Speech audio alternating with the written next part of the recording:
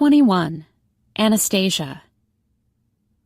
I've repositioned the iPad in front of me 10 times already, but I can't help but move it slightly to the right one more time.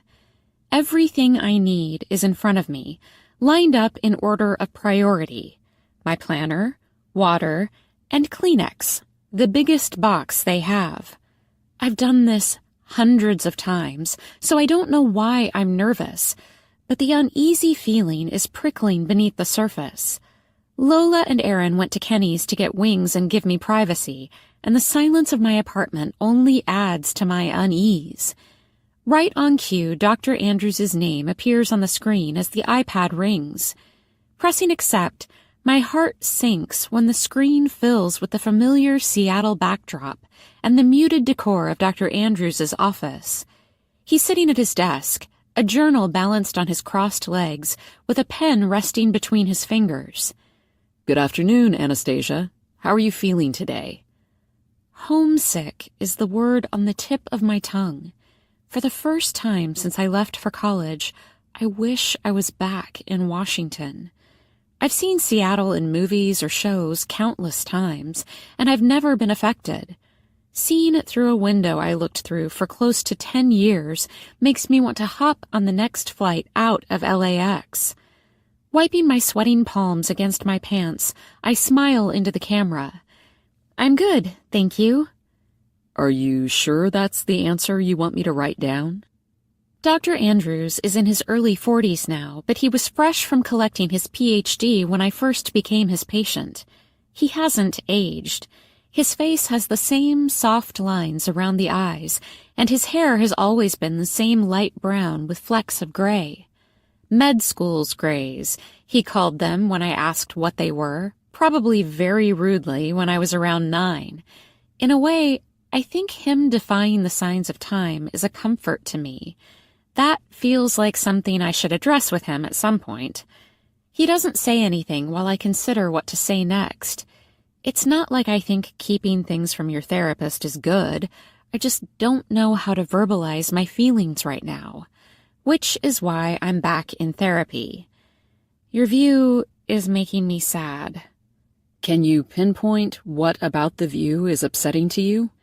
The sound of pens scratching against paper begins, a noise I've grown accustomed to over the years. I haven't been home in almost a year. I miss Seattle.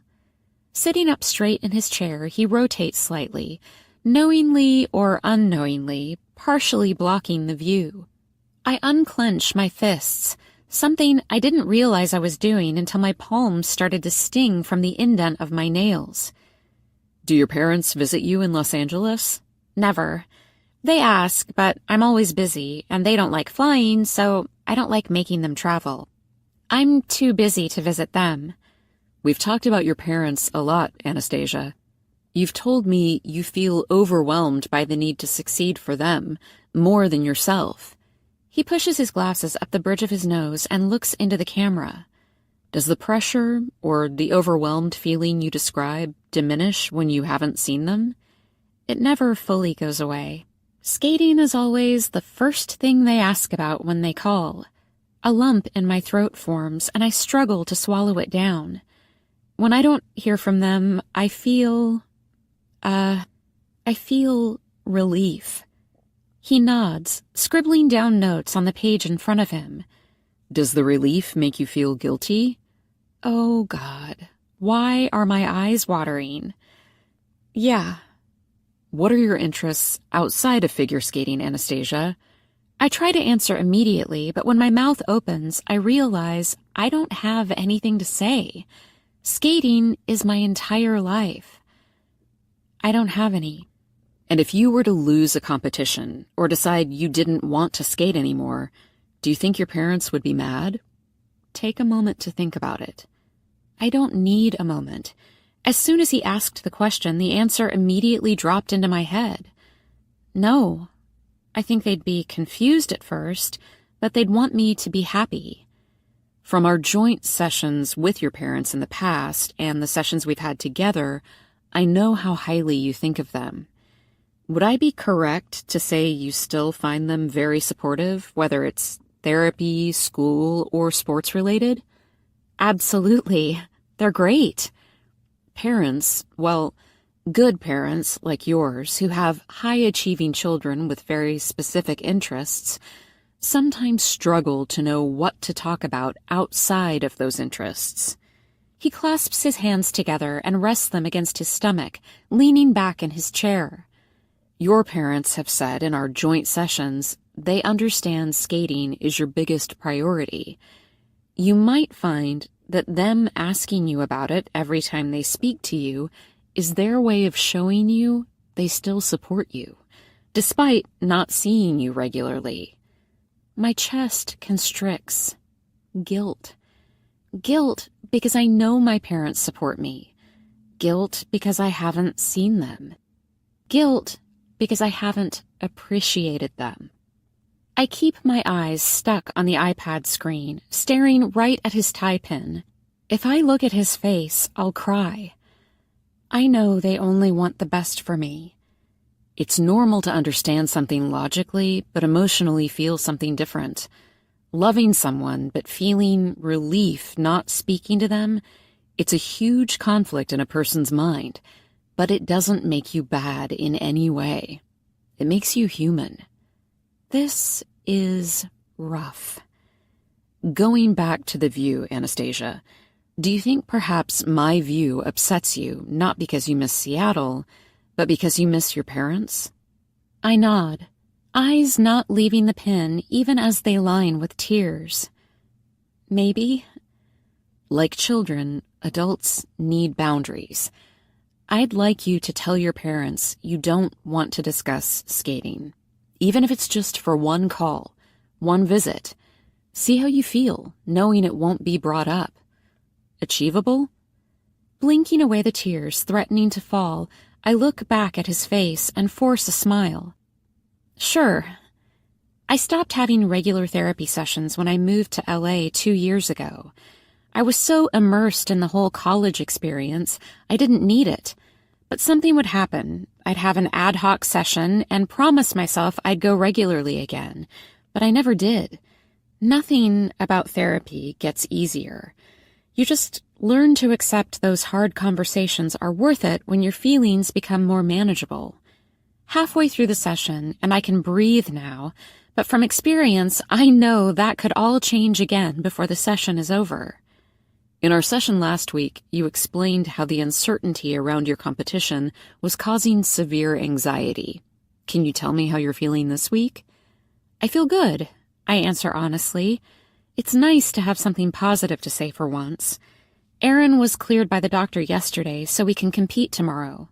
I'm thrilled to hear that. It must be a huge weight off your mind. Aaron and I skipped class to practice, and thankfully everything went smoothly. And how's your relationship with Aaron? Last week you mentioned you were feeling smothered. Smothered feels like an understatement. Aaron has barely left my side for 2 weeks, and it's been a lot. In many ways, I appreciate that despite being the injured one, he's made time for me to grieve, because that's what the past 2 weeks have felt like. Grief. Grieving the loss of things I could have had. But even with the best of intentions, sometimes Aaron's kindness feels like control. My tears were understandable, but only if they were about skating. The anxiety I was feeling would get better, but only with him by my side to help me. Aaron has backed off, I explain. I told him I needed to process on my own, especially now I have doubts about what happened. He was annoyed at first, but he seems to have forgotten all about it now he's been cleared to skate. Do you find he gets annoyed with you often? Aaron would benefit from therapy, is probably the nicest way I can say it. I fight the urge to nervous laugh because where do I even start? Aaron's parents manipulate each other all the time. It's super unhealthy, and Aaron has grown up being shown it's how you get what you want. He wants to be better than them, and he does try. A lot of the time, he's a wonderful friend. But does he get annoyed with you often? I definitely take the brunt of his bad moods, but I spend more time with him than anyone else. Sometimes it feels like everything's perfect, and suddenly it won't be, and I won't know what I did wrong. Sounds difficult. It is. He holds me to a different standard, like, I don't know how to explain it. Something Lola does is fine, but if I do the exact same thing, it might not be fine. You feel like the rules are different for you? Yeah, exactly. When he's in a good mood, it doesn't matter. But if things are bad, he's tough to be around. But I wouldn't abandon Lola if she had issues. I don't want to abandon him. Very admirable, Anastasia. He jots something down, and sometimes I wish I could read his notes.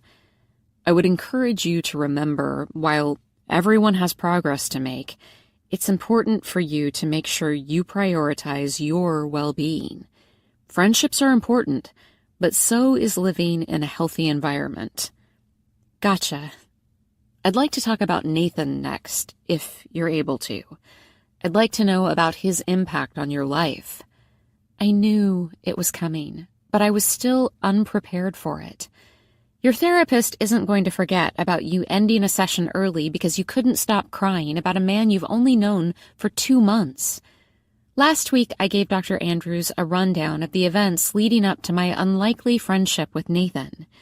It was when I started talking about playing house that made me cry. I haven't heard from him in 2 weeks. I yelled at him really bad, and I think whatever we have is over. He flicks through the crisp pages and taps on the page. You were angry because he had admitted he was responsible for Aaron's accident after promising you he wasn't. Yes. And he's made a promise before which turned out to be a lie, to protect a teammate, right? That's right. But you think he might be telling the truth, and that's why it upsets you to talk about him. 2 weeks ago, after Ryan refused to let Nathan drive home, Bobby and Joe showed up to get him. Nate had passed out by that point after violently throwing up multiple times, and I wished I could pass out. Bobby took one look at my tear-soaked face and tried to convince me Nate didn't do it, even though he admitted to it. Joe was next to jump in to defend Nate, explaining Coach Faulkner wanted to cancel all their hockey games unless someone confessed. They both promised Nathan would never do anything to hurt me, which was hard to hear and even harder to stomach. Dr. Andrews has a finger pressed to his lips, patiently waiting for me to explain. All I want to do is end the call, but I push through. Nate's a fixer. He looks out for his friends. I know how proud he feels to be trusted with the title of captain. It makes sense to me that he'd take the fall if his team would suffer. It sounds like a difficult time for you all. What is it specifically that's upsetting you? Being lied to again? I have been asking myself the same thing. Sighing, louder than intended, I try to put it into words. Kinda. I feel naive more than anything. Nathan and Aaron can't both be telling the truth. Aaron hasn't gained anything. He has no reason to lie. And Nathan? Nathan. Oh God, why am I getting upset? Nathan makes me feel cared for when we're together. He makes me feel wanted. I don't think he'd jeopardize my competition, but I don't trust my judgment because I've started to get feelings for him. Have you told him this? Shaking my head, I finally admit defeat and reach for the Kleenex. Like I said, I haven't heard from him. I thought about calling him so many times, but I'm scared. What are you scared of? That it's too late. He'll hear what I have to say and reject me anyway because I didn't believe him. Admitting it out loud hurts. Wanting him when he might not want me back hurts. Not trusting myself to get things right hurts. Missing him hurts. I've managed to avoid everyone by practicing at the rink at work. Brady wasn't happy about it, but I didn't give her any choice. Maddie gave me a sad wave when he saw me in one of our shared lectures, but he didn't approach me. Lola's under strict instructions to not keep me updated. Rejection is scary, but so is living with never knowing what could have happened if you were honest. I think you need to communicate your feelings with him. Any relationship, friendship, or more will not survive through all this dishonesty. It feels unfair that I have to be the honest one, I snort, dabbing at my cheeks with a tissue.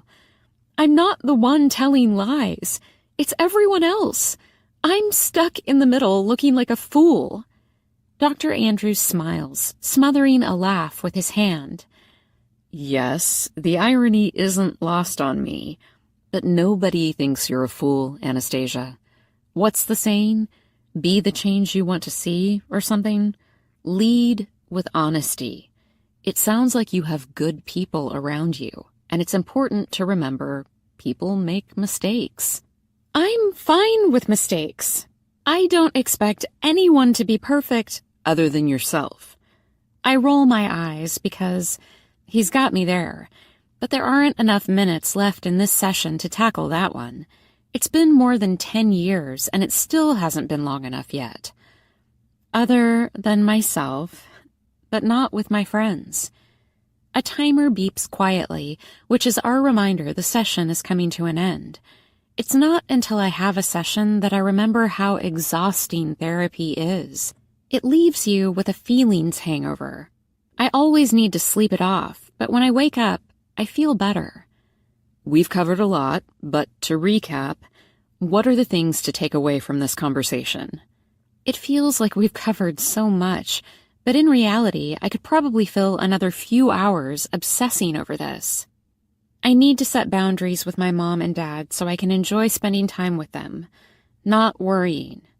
Good. What else? I need to put myself first when Aaron is being difficult. I can be a good friend while also prioritizing my well-being. And? I need to speak to Nathan. I need to be honest about how I feel. And finally? People make mistakes. Closing over his journal, he gives me a crooked smile. Top of the class. Well done. Your competition is tomorrow, right? Yeah, at lunchtime. I've seen you through many competitions, and I know the prospect of losing is not one you or any competitive athlete looks forward to. How do you feel mentally going into this? Are you prepared to potentially not qualify?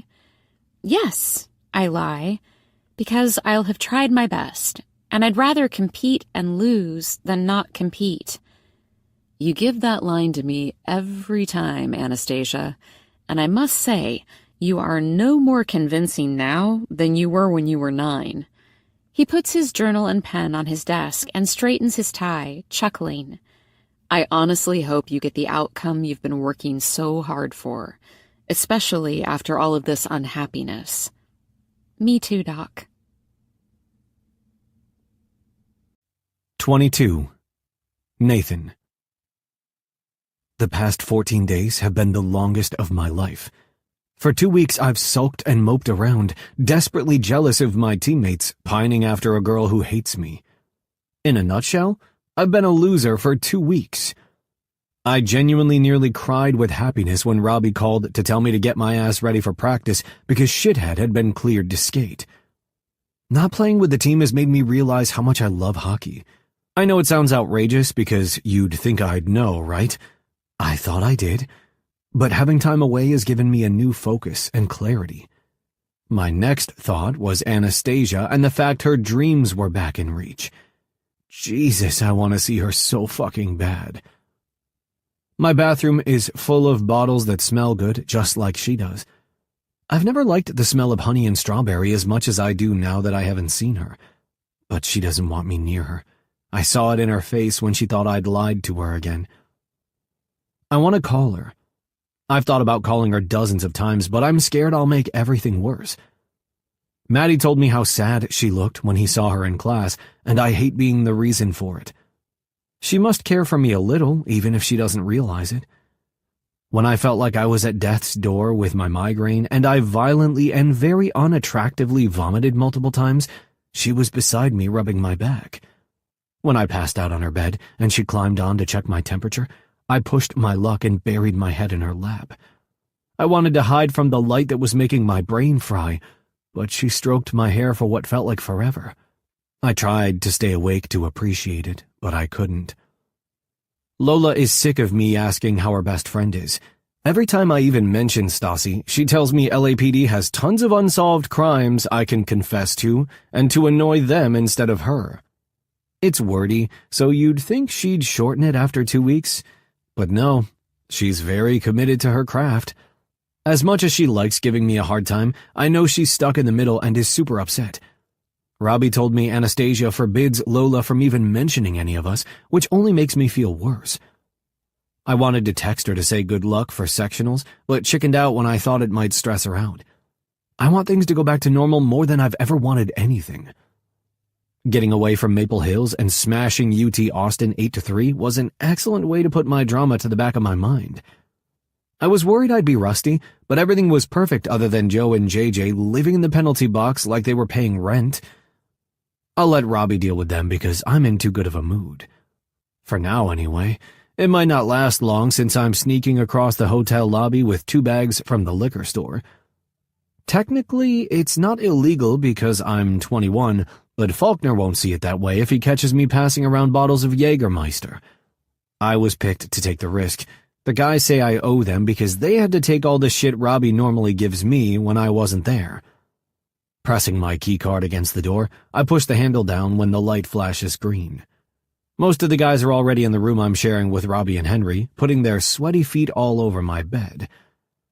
It feels more like walking into a funeral than the room of a team who just won a game. Who died? They all turn to look at me, identical somber faces. I was joking, but now I'm not sure. Why are you all looking at me like that? They look between each other, and Chris is the first to clear his throat. Faulkner is looking for you, dude. I haven't even opened a bottle yet. I laugh, putting the bag on the desk. How can I be in trouble already? It's not that, Robbie says, running a hand down his face. Aaron can't skate again, Nathan. You're back on the bench. What the fuck do you mean he can't skate? I yell. I'm going to get another fucking migraine. Did they compete? Silence. Can someone please tell me what the hell is going on? He dropped her, Henry says flatly, walking over to the bags and pulling out a bottle. His wrist gave out when they performed, and he dropped her. I've been sitting outside of Maple Tower for 30 minutes, and I still haven't managed to make it inside yet. 15 of those minutes were me on the phone with Lola, trying to convince her to give my name to the concierge so I could get a code for the elevator. The other 15 have been mentally preparing for Anastasia to kick me out. Faulkner confirmed what the guy said when I found him. Aaron's injury gave out while they were on the ice. He tried to catch her on the way down, injuring himself further. I'm sorry, Hawkins, Faulkner said, handing me a beer from the mini-fridge. We'll know more Monday, but Skinner wants you benched from what's been said so far. I don't care about myself right now. I'm thinking of my team like I always am, but mainly I'm thinking about her. I won't be able to stop thinking about her until I see with my own eyes that she's okay. There's an ache in my stomach the whole elevator ride. Thankfully, Lo didn't ask for me to be forcefully removed, and I was let into the building. Knocking my knuckles against the door 3 times, I step back. The ache intensifies, and my heart feels like it's beating in the wrong rhythm. The distinct Brooklyn harshness I'm used to being thrown in my direction echoes on the other side of the door. The door swings open, and Lola leans against the frame. If you make her cry, Nathan, I swear your dick will live in a jar in my room, and I'll make it my life's mission to ensure you are never happy again. Noted. Dragging me in by my sweatshirt, she huffs as she closes the door behind me. She's in her room and she doesn't know you're here. Be patient with her. She's tough, but she's vulnerable at the moment. Behind her, Aaron peeks out of his bedroom, then slams the door shut when he spots me. Everything is out of her control, Nate. She's not a girl who likes being out of control. I got it. I want to see her because I've missed her, and I'm worried about her. She gives me a cautious nod and moves out of my way. She's missed you too. I have no right to want anything right now. I'm grateful to have made it this far, but a tiny, selfish part of me hopes I don't find Ryan Rothwell on the other side of this door. Tapping my fingers lightly, I listen for her quiet, "Come in," before pushing it open. She does a double take and sits up straight in her bed, wincing at her quick movement. She's wearing my t-shirt. "Hey." She blinks at me, then again like she can't comprehend it's me. I step into her bedroom and close the door behind me, keeping my distance from her. "Hi," she whispers back.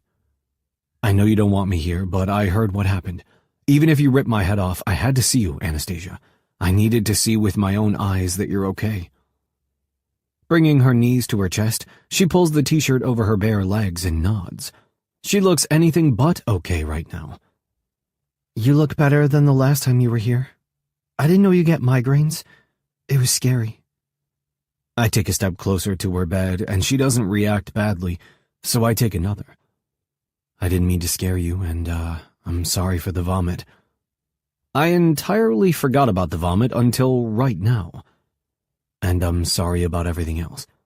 I've fucked up so badly, but it's not in the way you think." "I know." "You know?"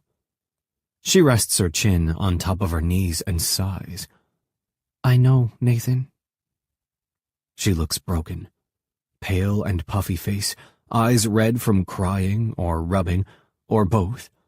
Her hair, ordinarily shiny and flowing down her back, is tied into a ball on the top of her head, and her entire demeanor feels deflated. "Stasi, can I hug you? You look like you need one, and I've missed you a lot." "I'd like that," she says, so quietly that I hardly hear her. Kicking off my sneakers, I climb toward her. She stretches out her legs, and I immediately see the fresh bruises from yesterday. Not knowing where to put myself, I sit beside her, propped up on her millions of pillows, just close enough so our legs are touching. It's like 2 weeks apart has made us forget how to be around each other, but when I put my arm around her, she climbs between my legs, and she sinks her face into my chest. My body knows what to do better than my brain. I pull her closer gently, wrapping my arms around her. All the tension in my body fades, and I can breathe properly again. Until her shoulders shake and her fingers cling to my sweatshirt. I press my lips to her forehead as her cry becomes audible, getting louder and louder. "Shh, baby, it's okay. Everything is a—" Her voice cracks between sobs. "Total mess." Cupping her neck with my hand, I brush my thumb across her cheek until the cries stop and she stills against my chest. I keep my arms around her, saying nothing, holding her until she's ready to talk. I'm listening to the gentle sound of her breathing when she finally speaks. "I'm sorry about the crying." "Hey, I chucked up and passed out on you, Stas. I can deal with a bit of crying. You want to talk about what happened?" She releases my body, and for a second, I think she's making a run for it. But instead, she straddles my lap and sits facing me. I rub my hands up and down the front of her bare thighs while she rubs her palms against her eyes, getting rid of the stray tears. "You ever been dropped from a great height in front of hundreds of people?" "Fell out of a ski lift once." She snorts and shakes her head. "Of course you did." She plays with the string of my sweatpants, not looking at my face. "Everything was fine. We'd practiced, and he was fine. We were near the end of our routine, doing the lift, and his wrist just went." The way her voice shakes when she says it is like a punch to the gut. Her eyes finally meet mine, tears brimming. "I thought I was going to crack my head open. It all happened so quickly. Aaron caught me on the way down, but I bashed his leg as he swung me around. He has these hideous cuts and bruises. I feel so guilty." I circle a particularly angry-looking bruise on the inside of her thigh lightly with my finger. "You hardly got off lightly." "I landed on my feet instead of my head, Nate. It could have been so much worse." Her entire body is shaking on top of me, and I don't know how to fix it. "He got my feet on the ground, told me to keep skating, and we managed to finish." "Then what happened?" "I threw up and cried," she scoffs. "We waited for our score, and by some miracle we just managed to qualify. We'd been perfection until that moment, and I don't know." She laughs, but it's humorless. Bit by bit it morphs into tears until she's half laughing, half crying. She shrugs at me because I don't think she knows what's happening either. Tugging her body to mine, I rub her back as she sobs again. She wraps her arms around my neck and rests her head on my shoulders. Her sniffs and sighs tickle my neck, and I feel so out of my depth. Her cheek presses against mine and her breathing deepens. Then she presses her nose to my nose, and her hands settle at each side of my face, where they stay until she presses her lips against mine. Everything is so much slower than usual. There isn't the usual urgent, sexually frustrated rush or the drunken, horny haze. It's just me and her, sober, her soft body underneath my hands and her tongue gently moving against mine. She breaks us apart, hand brushing across my stubble affectionately as I watch 1,000 questions swirl around her pretty blue eyes. Nathan, will you play house with me? Always. I suspect washing women's hair usually doesn't take this long, but I don't have the heart to stop. I tried not to gasp or stare when she pulled her t-shirt off and stepped under the running water. I could see deep purple bruises across her ribs and stomach from the impact of Aaron catching her, making me feel sick. I'm used to seeing people battered and bruised. It comes with the territory of being both a hockey player and having a friendship group filled with clowns. But never this. She gave me a sad smile, holding out her hand for me to step into the shower with her. It's not as bad as it looks, I promise. Playing house, essentially forgetting real life for a few hours, was the best thing she could have come up with. Thinking back to what Lola said about control, I asked Anastasia what she wanted to do. Immediately, she wanted to wash her hair, claiming she couldn't face the tangles herself. I'm good at massaging the stuff into her scalp. At first, I was a little rough, but I've got it right now, and I get all the suds out. Being in her shower is fascinating. There's tons more smelly stuff than I knew existed. Found out body exfoliator is a thing, and it's blown my mind. Is that why you're always so soft? It feels really fucking good to hear her laugh. Yeah, maybe.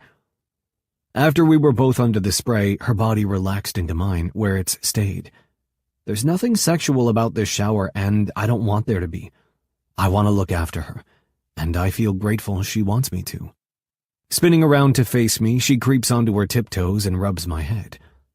Can I wash your hair? Her eyes are brighter now, cheeks flushed, bringing the color back to her face. I've been trying to get her hair to stand up straight for the past 5 minutes, determined to give her a punk rock hairstyle. It's too long, and every time I get enough shampoo foam into it, it flops over and smacks her in the face. I get an elbow in the stomach, and she gets a mouthful of shampoo. You can't even reach my head properly, I tease, linking my fingers with her grabby hands. Do you want some help? She looks like she's about to be stubborn, but she must realize she doesn't have another choice because she nods. Lifting her as gently as I can, she winds her legs around my waist. I keep my hands under her to keep her supported. Well, it's actually to keep her away from my boner. My dick doesn't understand the naked, wet woman wrapped around us giggling doesn't want to sit on him. She lathers the shampoo between her hands and sinks them both into my hair, and I swear I moan. Thank you, Nathan. I needed this. I needed it too. 23. Anastasia. When I woke up this morning, I promised myself I would not cry this week. I meant it too. It felt achievable at the time. I even posted, "New week, new start." That's how positive I was. Things were going to be great. I've cried so much over the past 2 weeks, I'm surprised our building didn't flood. But last night was the mark of the end of all the crying. So I thought, anyway. I wasn't off to a great start when I had to drag myself from my bed. Nate's head was buried in my neck, his warm body clinging to mine. The idea of having to detach myself from him was cry-worthy. He was so caring last night. No, he is so caring. Settling into bed with him after he washed and brushed my hair for me was the most calming experience of my life. In that moment, it was easy for us to talk about everything that's happened. I can't believe you think I could ever reject you, Anastasia, he said in shock. You have no idea, do you? The lengths I'd go to if you'd let me. What I'd do to make you happy. My heart did a weird thing I've only read about. A mix between a thud and a flutter. The kind that made me question whether it would continue to function properly. Being with Nate brings an overwhelming sense of safety. Like whatever problem I throw at him, he'd cope with. In a world where I feel like I could be swept away by the waves at any moment, he anchors me. I value that. Value him. I'm sorry for yelling at you, I mumbled into his chest, where my head was resting. I deserved it, he admitted, kissing the crown of my head. I could have done more. I could have called you before Aaron's parents did and explained. I could have not admitted to something I didn't do. He laughed. I'm sorry you had to spend 1 second thinking I would do something to hurt your dreams. I like you, Nathan, I said, peering up at his face.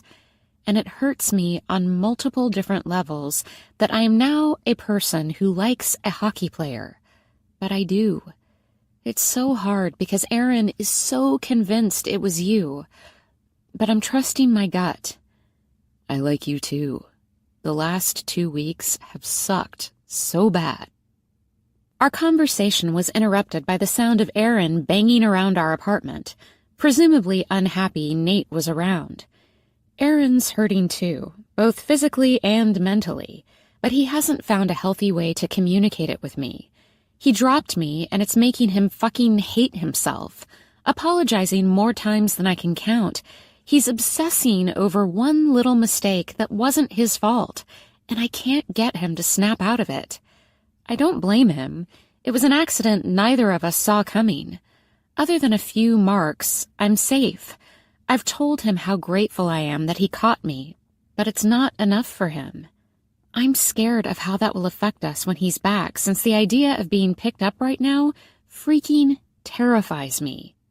Even in the shower with Nathan, when he started to lift me to get closer to his head for a moment, my heart wanted to stop. I'm surprised I didn't crush him. My legs were so tight around him that he probably has an indent. He didn't seem to care. I think he was concentrating on not accidentally poking me with his penis. Worrying about Aaron is something I'm used to, but you can only properly help someone who tells you what's wrong with them. The banging of doors, undoubtedly Aaron again, woke me up this morning, and I opted to lie awake, listening to Nate's breathing instead of going back to sleep. I can hear the cogs in your brain turning. Tell me, what could you be thinking about this early in the morning? He yawned, kissing my shoulder affectionately.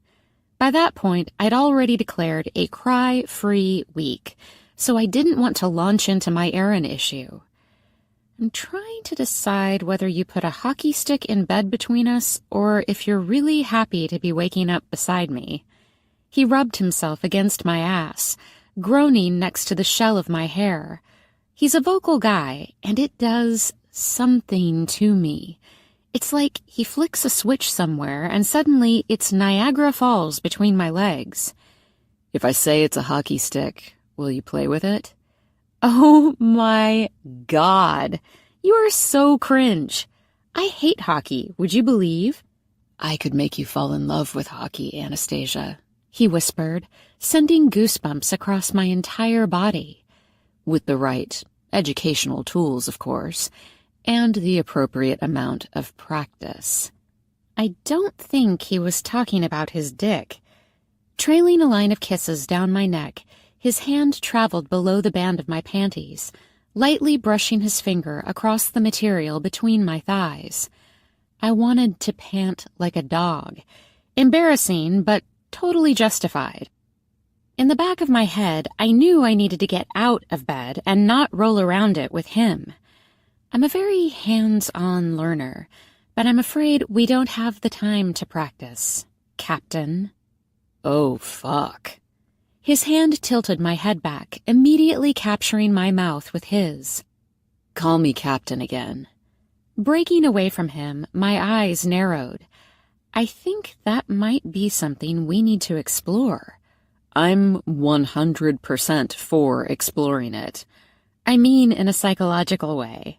He grinned. Kinky. I like it. That's the moment I should have canceled Monday and stayed in bed. I could have let Nathan climb on top of me, show how much we've missed each other, and hide from the day together. But I was unwise and naive, thinking Monday couldn't royally fuck me. Could I get another vodka and Diet Coke, please? When you're not allowed to cry to deal with your issues, alcohol is the next best thing. I never thought I'd be a person who wanted to get drunk alone, but having no skating partner for 8 weeks will do that to a girl. The bartender puts a new coaster in front of me and places my drink on top of it. Muttering a quiet thank you, I bring the straw to my lips, eyes shutting tight when I get a mouthful of unmixed vodka. 8 weeks. The worst bit? I'm not even worried about how good he'll be in 8 weeks. I'm concerned about myself. I'm worried about my new aversions to lifts and my ability to keep up with him. Aaron could take a year out. I can't imagine him being anything short of spectacular when he gets back. Nationals is 8 weeks from now, and I have no idea if we'll be good enough to compete, and it fucking terrifies me. Aaron isn't picking up my calls, and he didn't show up to practice, even just to talk. So that's great. Nate calling to say he's not allowed to play until Aaron could skate was the final straw, and the second the call ended, I requested an Uber. I told Lo I was going to Simone's for extra practice, but what I did was go to the dive bar 2 blocks away from Simone's. I've been minding my own business for about an hour, and I've had no problems. But the group of guys a few seats away have been getting louder and more obnoxious, sip by sip. Each time they get up to go to the bathroom, they take a seat closer to me when they return. Bit by bit, they've ended up right next to me. Smelling their desperation, I throw back the rest of my drink and request my bill. Let me buy you a drink, darling. The one closest slurs, leaning toward me. You look lonely. No, thank you. I'm not too nice, not too rude. Like every women-blaming propaganda piece has ever told me about dealing with intrusive drunk men. I'm leaving now. Don't go yet. The fun is just start. You ready to go, baby? I recognize the voice before I see him, and the relief I feel when Russ's baby face is looking back at me when I look up is overwhelming. Bending to grab my duffel bag from the floor, he slings it over his shoulder, holding out a hand to me. I'm sorry I'm late. That's okay, Muffin, I say, accepting his hand. Putting some bills on the bar, I jump down from my stool, not realizing how drunk I am until my feet hit the floor. Unsurprisingly, the drunk guys don't utter another word. Russ's size is intimidating. I imagine he'd have no issues if they were causing trouble. Holding open the door, the cool November breeze hits me as I walk under his arm out into the street. Well, that was weird. Sorry, I'm Russ. We met a few weeks ago at the Icebreaker thing. I'm on the hockey team. I know who you are, Russ. The tips of his ears go pink. Those guys are awful. They're always in there, drinking and harassing people. I heard you say you were leaving, and I didn't want them to give you any trouble. I appreciate it. Honestly, I do. The tips of his ears go from pink to red as he mumbles, You're welcome. Quietly. I need to request my ride. There's a coffee shop right around the corner. I can wait with you if you'd like. I'd offer you a ride, but I usually run home. You're welcome to join me, but don't feel like you have to. Turning the corner, Cafe Kylie is quiet, with only a few people eating and drinking. We take a seat at one of the outdoor tables and order 2 coffees. So, Russ, what motivated you to spend your Monday evening in a bar alone when you're underage and live miles away? I clasp my hands together, leaning forward to rest my elbows on the table like I'm interrogating him. He scratches the back of his neck, squirming in his seat. The server puts down our coffee and makes himself scarce. We probably look like a couple on the verge of a breakup. My eyes are glassy, and he seems mega uncomfortable. Russ takes a sip of his coffee, prolonging the silence until he can't take it anymore. I work there in the evenings. I work in the kitchen or whatever, he says, looking embarrassed. I work in Simone's a couple of blocks away. As far as I know, the other hockey guys don't have jobs. Like every college in America, the economic divide runs pretty deep. I'm not rich, but have rich friends, so I need the cash. They like to eat expensive shit, and working helps me pay my share. I'm super lucky my parents pay for my skating stuff, but the rest I need to earn. The tenseness in his shoulders dissolves as they drop, and the reluctance I was sensing fades slightly. Yeah, the guys in my frat have trust funds. My scholarship pays for most stuff, but working helps me pay my share, or whatever. Sort of like you said. I get it, I tell him honestly. Why are you in a bar alone on a Monday? I take it you know Nate is on the bench? He nods. My skate partner won't pick up my calls, and I've had to ban myself from crying. Alcohol is the next best thing, right? I don't often drink. A few sips of beer now and then, but He stops himself, immediately reaching for his coffee, using the long sip he takes to silence himself. When his mug is empty, he looks back at me. I'm sorry about your partner, even if he is a dick to you. What will you do now? He isn't a dick to... My eyes narrow. You don't like talking about yourself, do you? You did this at the Icebreaker. You kept me talking about myself, and I learned nothing about you. There isn't anything interesting about me, Anastasia. The way he says it breaks my heart. Confidently, well-practiced, like he's said it 1,000,000 times. I refuse to believe that. I'm interested in what you had to share. Did you request your Uber? He asks, totally changing the conversation. Shit. No, I forgot. He looks uncomfortable again, and when his eyes flick to his phone screen, I understand why. You told Nathan, didn't you? I texted him when I saw you at the bar. I'm sorry. He's on his way, isn't he? In my defense, I didn't tell him where we were. He makes us use Find My Friends, says it's in case we get into trouble and he needs to try to find us. Oh, Russ, I was beginning to like you. You just had to rat me out. His cheeks flush again and he sinks back into his chair. You're less scary than Cap. Nathan's white Tesla pulls up beside us and Russ puts some bills on the table. I think. It takes a lot of effort to convince Russ to let Nathan give him a ride home, but once he's finally in the car, Nathan stays quiet while I try hard to get Russ to share about himself. When we pull up outside the frat house he lives in, he awkwardly smiles at Nate. Thanks for the ride, Cap. No problem, Nate says coolly. Leaning into the back of the car, I hug Russ. Bye, Muffin. I'm sad our relationship has come to an end. He laughs nervously, eyes flick to Nate quickly, then back to me, shaking his head. Bye, Stassi. When Russ has climbed out and I'm back in my seat, I realize Nathan has the most confused face. Muffin? Relationship? I swear, if you wear Russ's jersey next, I'm transferring to UCLA. Our love was short but meaningful. I sigh. The connection Russ and I have will outlive us, but I'm happy it happened, instead of being sad it's over, you know? You're drunk. He grins, brushing my hair from my face. Why did you get drunk on your own, baby? I'm on a crying ban. He nods, pulls away from the curb, and rests his hand on my thigh. I don't understand how those two things are related, but okay. You want to talk about it? I should be asking you that, I mumble, tracing the outline of his hand. I know you said you're okay, but are you? It's the consequences of my own actions, Anastasia. Skinner is using me as an example. It's fine.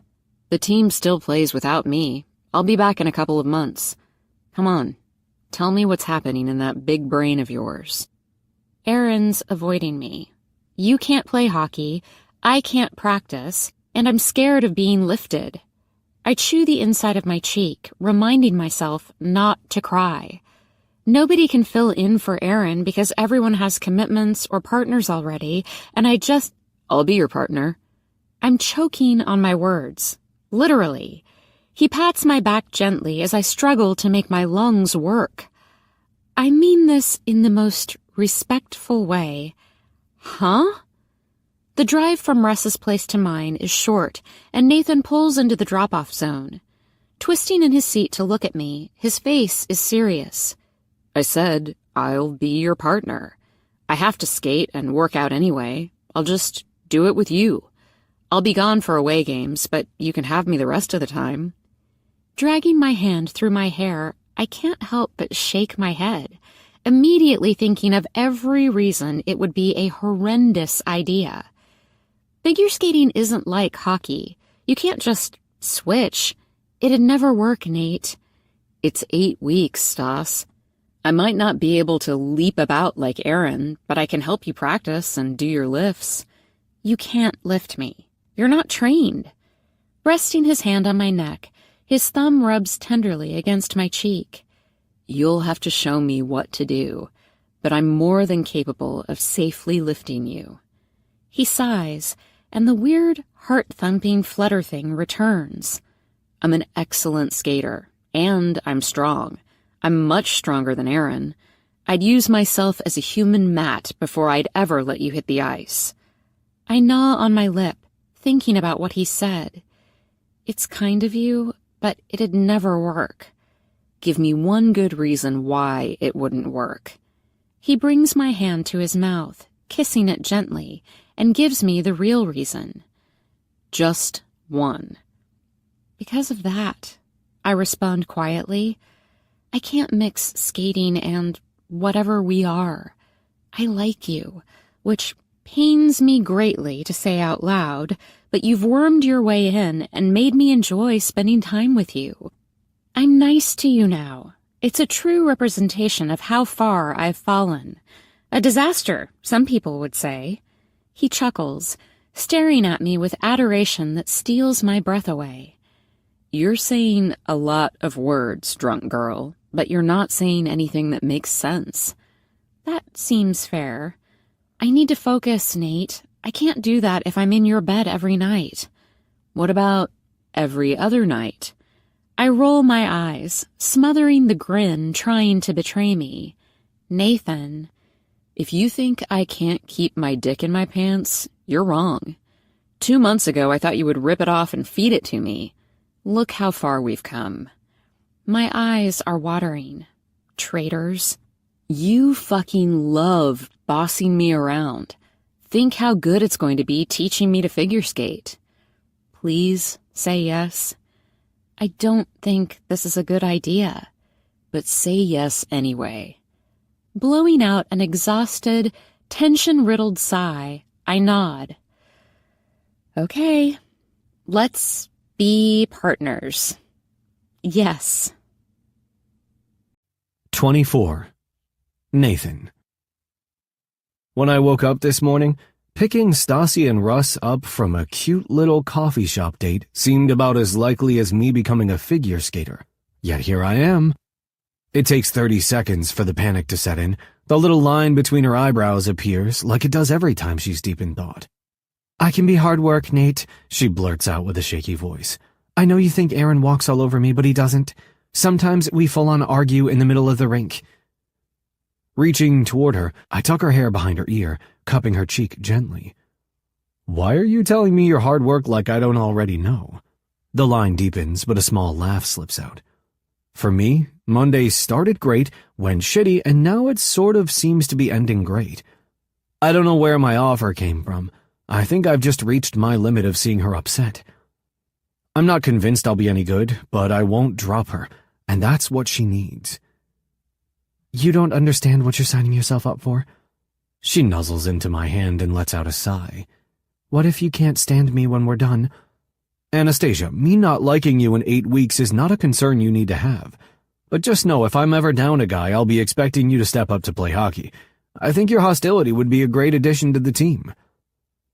I manage to catch the arm that flings in my direction and give it a gentle tug until Stas is climbing over the console to straddle my lap. When you get out of this car, we're partners, and I'm not going to be able to touch you until January. If I'd known this morning would be the last time I could kiss you, I'd have done it better. One last kiss? You can't be serious. Of course I'm serious. If you hadn't been drinking, I'd be asking to fuck you in the back seat, so a kiss is mild. Rolling her eyes, she leans in, stopping an inch from my lips. Your charm is endless, Hawkins. Sinking my hands into her hair, I kiss her with everything I've got. It's a weird moment where it feels like both the start and end of something, and when her hips roll against me, I don't know whether to cry or rejoice. I'm still allowed to think about you when I jerk off, right? I ask quickly as she moves back to climb out of the car. Or is that against the rules? Please don't be against the rules. She actually snorts, like a little piglet. I'm fair game if you're fair game. You're my go-to. Deal? Fuck my life. I nod, unable to speak while my brain paints a very inappropriate image. The next 8 weeks are going to be hell. By the time I reach home, everyone already knows what is happening because Stasi has texted Lola. I called Faulkner from the car. He said he thinks it will work in my favor reputation-wise, and he will design me a regime to stay fit. Figure skating will help contribute to my ice time, so I think he might be pleased with my plan. Only think, not know, because then he called me the most bizarre kid he's ever had to tolerate and told me to enjoy wearing leggings. Lo has all the guys around the table in the den, folding pamphlets for the Theater Society's rendition of Hamilton. It makes it easier to tell everyone the whole story simultaneously, but makes the laughter at my expense 10 times louder. Since you're so good at helping other people with their stuff, take a seat.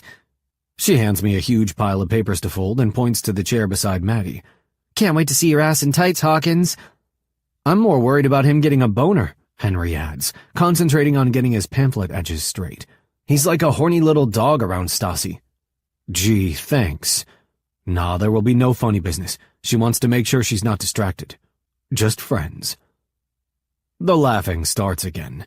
I imagine there's going to be a lot of laughing at my expense for the next 2 months.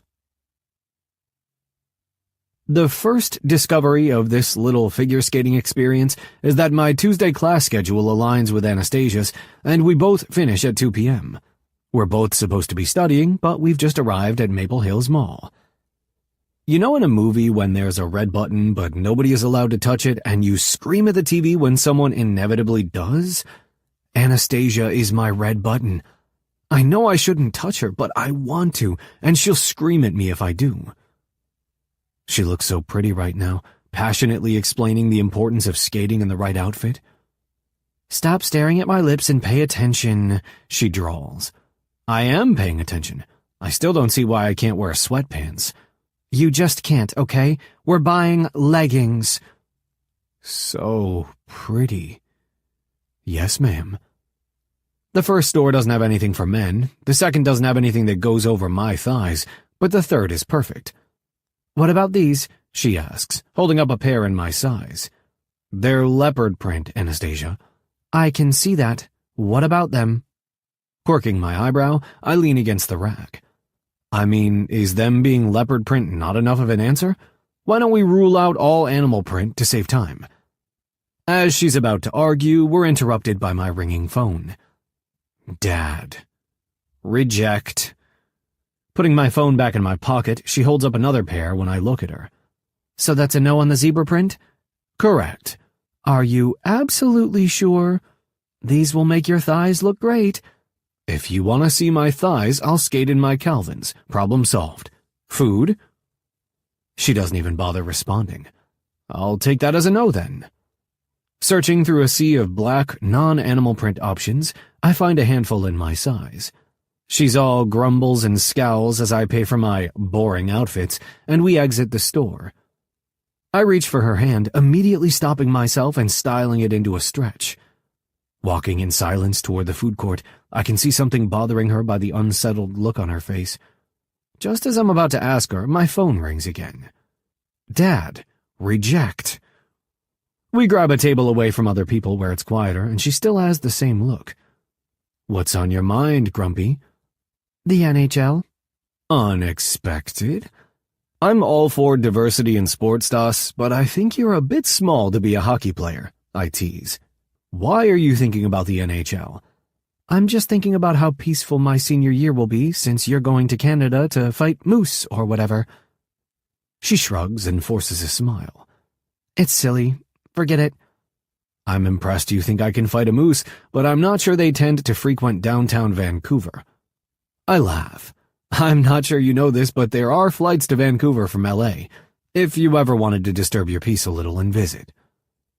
She's about to answer, and my fucking phone starts ringing again. Dad again. I reject it again. She drags a hand through her hair and sighs. You can answer your phone in front of me. I know. I'm not going to freak out if you have a conversation with another girl. She puts her elbows on the table and rests her head against her hands. Just because you can't fuck me doesn't mean you can't fuck anyone. Rolling my eyes, I push my phone across the table.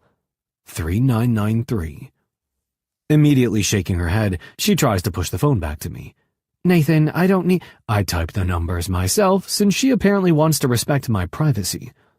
I watch her fight herself before her eyes finally look at my phone screen, and she sees the word Dad littering my call log over and over. It's complicated. Oh, okay, well, she splutters. I do mean it, by the way, like, I don't expect you to be celibate for 2 months. Snorting, I watch her eyes widen, uncertain.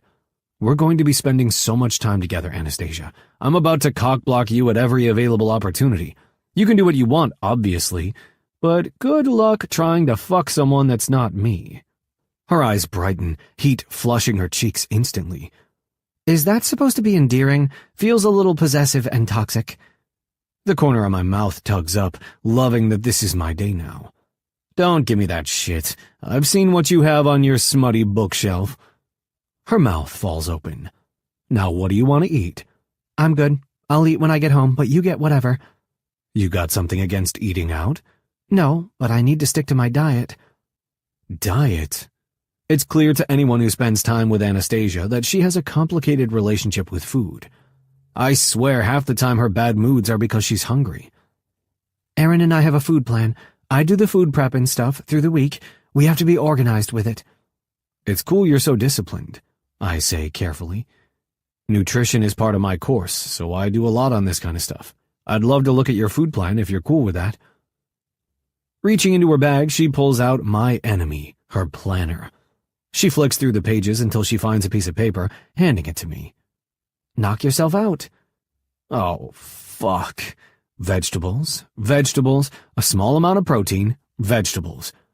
I get my phone and bring up the calculator, roughly working out the numbers. Who designed this meal plan? Aaron. The answer is an unsurprising, yet still disappointing one. For once, I'm speechless. My feelings about Aaron Carlisle are understandably not great, and I feel like I've earned that. But this is fucking weird. He either has no idea what he's doing when it comes to nutrition, or does this on purpose. Anastasia, you are massively undereating. You're not eating enough, not even close. I'm trying not to seem like I'm telling her off or belittling her. This isn't her fault. She takes the paper back, running her eyes across the page. What do you mean? Your body burns calories just by you being alive, so you need to fuel your body to live. Someone who burns as many calories as you do, through skating and strength training, needs to eat even more to make sure your muscles recover. I'm fine. Not eating enough makes you more prone to injury and serious health problems. Have you always bruised as badly as you do now? Her mind must be going a mile a minute. She's frozen on the spot, clearly trying to take in what I'm saying. Maybe? I don't know. I noticed a while ago she's always covered in bruises. I put it down to falls and stuff, but now I've seen them close, I know how bad they are. Bruising badly can be a sign of nutrient deficiency. Are you tired a lot? Anxious? Irritable for no reason? Changes to your menstrual cycle? Jesus Christ, Nate, she fumes, looking around us to make sure no one is listening. She lowers her voice. I'm tired, anxious, and irritable because I work hard. Surely you know better than anyone that it comes with the job. Stas. And as far as my menstrual cycle is concerned, which is none of your fucking business, I'm on birth control that fully stops it. I haven't had one in years. She folds her arms across her chest and sits back in her seat. Defiance, annoyance, a sliver of uncertainty. It isn't my intention to upset her, but I'm also not going to let her eat like this. There are hardly any carbs in this plan. So, you need carbs, Stasi. I'm not asking you to fill yourself on junk food, but you need to eat more calories, baby. I can write you a new plan. We'll give them both to Brady and see which she prefers. Fine, she shrugs. Whatever. Did Ryan look at your meal plan? Her eyebrows furrow together. What? No, why? Thinking back to the video call a month ago, I've been meaning to bring up what Ryan said, but haven't had a chance after everything that's happened. Ryan said once that Aaron was trying to control what you ate. She rolls her eyes. Ignore Ryan. He'd make me eat KFC every night, which is not realistic. I don't have his superhuman metabolism. Aaron says he struggles to lift me sometimes. It makes Ryan cranky. What the fuck? He said he struggles to lift you? If I don't stick to the plan, yeah. Sometimes my weight fluctuates a little. Dragging my hand down my face, I suppress the anger brewing.